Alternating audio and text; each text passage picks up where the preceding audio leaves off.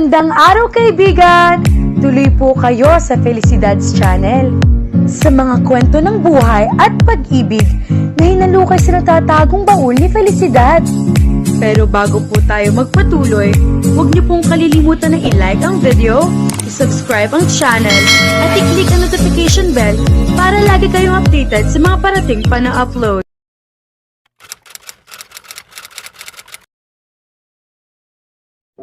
Nasa Japan ang buong banda at entourage na Yara dahil sa isa sila sa nominado sa Asian Music Awards sa taong iyon. Bukod doon ay magkakaroon rin sila ng live performance sa stage. At dahil kinabukasan pa naman ng gabi ang naturang awards, kaya nagpasya si Yara na maggalagala muna sa palibot. Kasama rin nila si Eunice na nagpunta sa Japan pero si Paul ang kasama nitong mag-ikot-ikot bilang date ng mga ito. Ayaw naman niyang makagulo sa date ng mga ito kaya kahit isinasama siya ng mga ito ay nagpasya siyang mag-isa. Pero sinigurado niya na hindi siya masyadong lalayo sa hotel kung saan sila tumutuloy. Mahirap nang mawala siya sa Japan dahil hindi naman niya kabisado ang lugar na iyon dahil first time niya. At kung marunong man siya ng language ay iyong mga basics lang at sigurado siya na hindi lahat ng Japanese ay marunong magsalita ng English. Dahil sa pag-iikot niya ay nakapamili na rin siya ng iba't ibang blouses at mga bagay na pwede niyang ipang souvenir at ipasalubong sa pag-uwi nila ng Pilipinas. Kaya naman hindi niya agad napansin kanina pa yatang tatlong lalaki na sumusunod-sunod sa kanya dahil nag-e-enjoy siya masyado sa pamimili. Napansin niya lang ang mga ito nang namimili siya sa isang tindahan ng mga shades at bags nang mapasulyap siya sa may salaming bahagi ng tindahan. Napakunot noo siya at kasabay nun ay ang pagkakaramdam niya ng kaba. Sinusundan ba siya ng mga ito dahil nakilala siya ng mga ito bilang band member ng Phoenix dahil alam niyang naibalita ang pagdating nila sa bansa? O talagang may hindi magandang balak ang mga ito sa kanya. Pero kung tagahanga nilang mga ito, dapat ay may mga dala itong kamera o kaya nagsisimula ng mga ito na picturean siya katulad ng mga press na naghihintay sa kanila sa airport nang dumating sila ng bansa. Lalo na siyang kinabahan na magsimulang humakbang palapit sa kanyang isa sa mga ito. Kung aalis agad siya sa kinaroroonan niya, ay siguradong susundan siya ng mga ito. At least, sa kasalukuyan niyang kinapwepestuhan ay medyo may iilan rin mga tao na pwede niyang hingan ng tulong. Pero ano man ang gagawin niya kung pilit pa rin siyang isama ng mga ito at sabihin sa tindera ng stall na kinaroroonan niya na girlfriend o kumag-anak siya ng isa sa mga ito. Paano niya malalaman ang sasabihin ng mga ito kung hindi niya naman naiintindihan ng lengguwahe? Pero hindi na pala niya kailangan mag-alala pa dahil bago pa makalapit ng tuluyan sa kanyang isa sa mga lalaki ay may umakbay na sa kanya at hinapit pa siya nito palapit pang lalo rito. At hindi na niya kailangan pang manghula kung sino iyon. Si Nathan. Kabisado na niya ito. Lalo na ang warm and secure feeling nararamdaman niya tuwing nasa malapit lang ang presensya nito. Maotorisadong nagtanong si Nathan sa lalaki at ang naging sagot lamang nito at humingi ng paumanhin dahil inakala raw nito na kilala nito si Yara. Pagkatapos ay kumaripas na ng takbo. Obvious na kaduda-duda at nagsisinungaling ang isang iyon. Ikaw naman kasi, bakit ka nag-iikot ditong mag-isa? Hindi ko naman nakalain na may susunod sa akin na tulad ng mga iyon. Sa lahat ng lugar ay delikado, kaya kailangan po pa rin mag-ingat at maging alerto. Mabuti na lang at nakita kita rito. Saan ka nga pala nanggaling? Kalalabas ko lang sa restaurant na kinainan namin ni Mork. Tapos nakita nga kita mula sa kabilang kalye, kaya nilapitan kita agad. Salamat nga pala sa pagtulong mo sa akin. Kinabahan na talaga ako kanina. At nang mapansin niya na akbay pa rin siya ni Nathan ay siya na ang lumayo rito para matanggal na ang nakaakbay na braso nito sa kanya. Sige, mauna na ako sa inyo pabalik sa hotel. Tapos na rin naman akong mamili. Paalam niya rito at nagmamadali na siyang naglakad palayo pero nagulat pa siya nang hawakan ni Nathan ang kanyang kamay. Teka, akala ko ba'y si Mork ang kasama mo? Malaki na si Mork kaya okay lang naiwan ko siya. Isa pa, may iba pa kaming kasama sa restaurant na kinainan namin kaya hindi siya mag-iisa roon. At saka oras na para mag-usap tayo lalo na at matagal-tagal mo na akong iniiwasan. Halos magtatatlong linggo na rin. Paano kitang iiwasan samantalang palagi tayo nagkikita tuwing rehearsals, live gigs, pictorials at interviews? Lagi nga tayo nagkikita pero kibuin dili mo naman ako. Hindi ka nila naman nagpapahatid at sundo sa akin at obvious na sinisigurado mo na hindi tayo magpapasolo sa isang lugar. Obvious naman na iniiwasan mo ko. At dahil may katotohanan ng sinabi ni Nathan, kaya hindi siya makapagsalita para i-deny ang mga ito. Pagdating nila sa hotel na tinutuluyan nila ay sa suite nila sila Yara tumuloy kung saan ka-share niya ang pinsan niyang si Eunice na kasalukuyang nasa date kasama si Paul. Ngayon, sabihin mo sa akin kung bakit mo ako iniiwasan, na para bang isang hangin lang ako na hindi mo nakikita. Ang tanong agad ni Nathan sa kanya habang naupo ito sa sofa at hindi inaalis ang tingin sa kanya. Alam mo kung bakit? Actually, hindi ko alam. Ang alam ko lang ay basta mo na lang ako iniwasan matapos mo mag-walkout sa akin after ng pictorial natin ilang linggo na ang nakaraan. Dahil alam kong naiinis ka sa akin dahil sa pangit kong likod. Hindi ko sinabi o pinaniwalaan na pangit ka at hindi rin ako naiinis sa'yo, kaya't huwag mo akong diktahan ng anong salita na sasabihin ko sa aking bibig. Pero nakita ko ang tingin mo sa mga mata mo. Natigilan ako dahil sa takot at sakit na nararamdaman mo pagkatapos ng nangyari sa likod mo.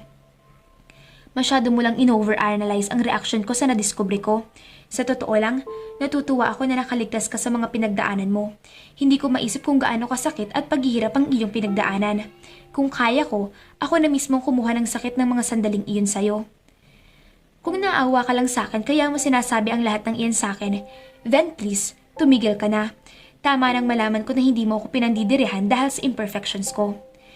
Hindi ako naaawa sa'yo. Mahal kita at wala namang taong perpekto. So, don't sell yourself too short. Ikaw ay maganda, sweet at talented. Ano pa bang maghihiling ko? Mahal mo ko? Oo. Pero nakita ko kayo ni Pelay na naghahalikan sa dressing room mo noong pictorial natin. Sabi ni Yara, kahit na nga ba bumilis na ang pintig ng puso niya sa tuwa nang marinig niya mula dito na mahal din siya nito. Bigla akong hinalikan ni Pelaya. Nagulat ako kaya hindi ko agad siya inailayo sa akin. Pero kung nagtagal ka ay nakita mo sana ang paglayo ko sa kanya at narinig mo sana ang pinag-usapan namin. So, hindi pala totoo na may relasyon kayong dalawa tulad ng sinabi niya sa akin? Nope. Well, matagal ko na siyang niligawan. Pero tinalikuran niya ako at pinili niya ang career niya sa ibang bansa nang wala man lang pasabi sa akin kung meron pa bang pag-asa ang relasyon namin noon. Ngunit lahat ng iyon ay nakaraan na. At ngayong may nararamdaman ako para sa iyo, ay masigurado ako sa nararamdaman ko sa iyo na ikaw ang mahal ko.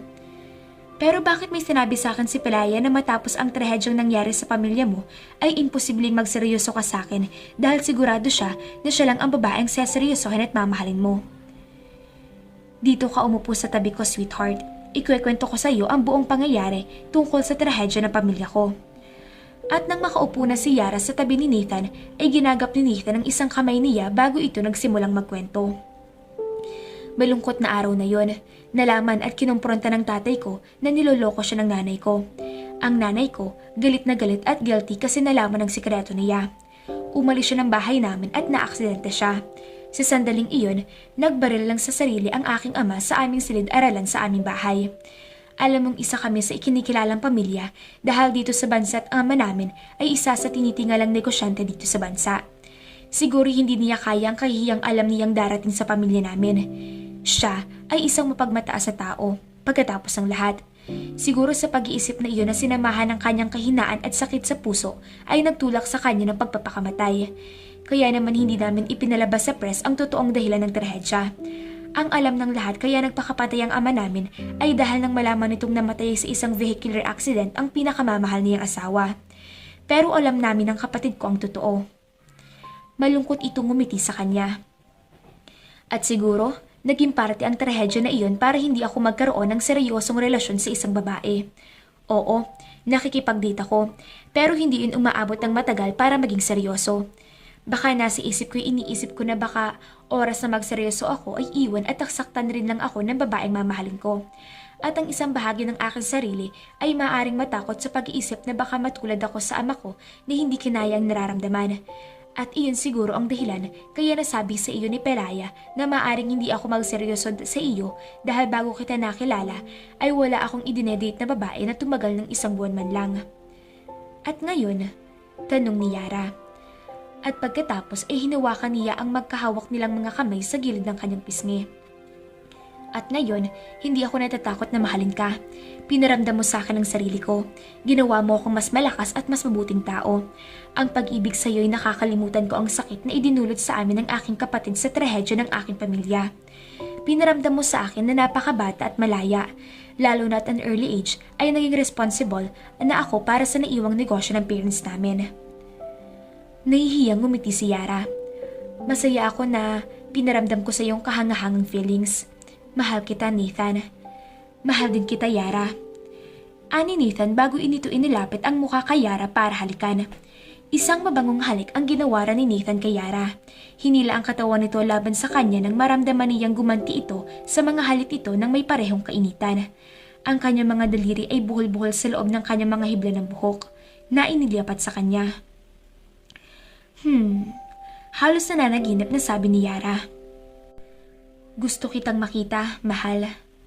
Inangat ni Yara ang kanyang muka, hindi sigurado ang kanyang ekspresyon. Please, hayaan mo akong makita kung sino ka, ang babaeng mahal ko. Sandaling pinagmasan ni Yara si Nathan. Hindi pa rin kasi niya maiwasan ang ma-insecure at matakot. Pero nang nakita niyang assurance at pagmamahal sa mata nito, ay tumayo na siya muli sa kinuupuan niya sa tabi nito at pumeso siya malapit sa tapat ng sinag ng araw. Tinalikuran ni Yara si Nathan at sa huling pagpapatahimik ng hininga ay unti-unti niyang itinaas at tinanggal ang suot niyang blouse. Ang pangit, di ba? Nang magkaroon ng sunog sa bahay namin, ay nadaganan ako ng bumabagsak na yero at kahoy na nasusunog.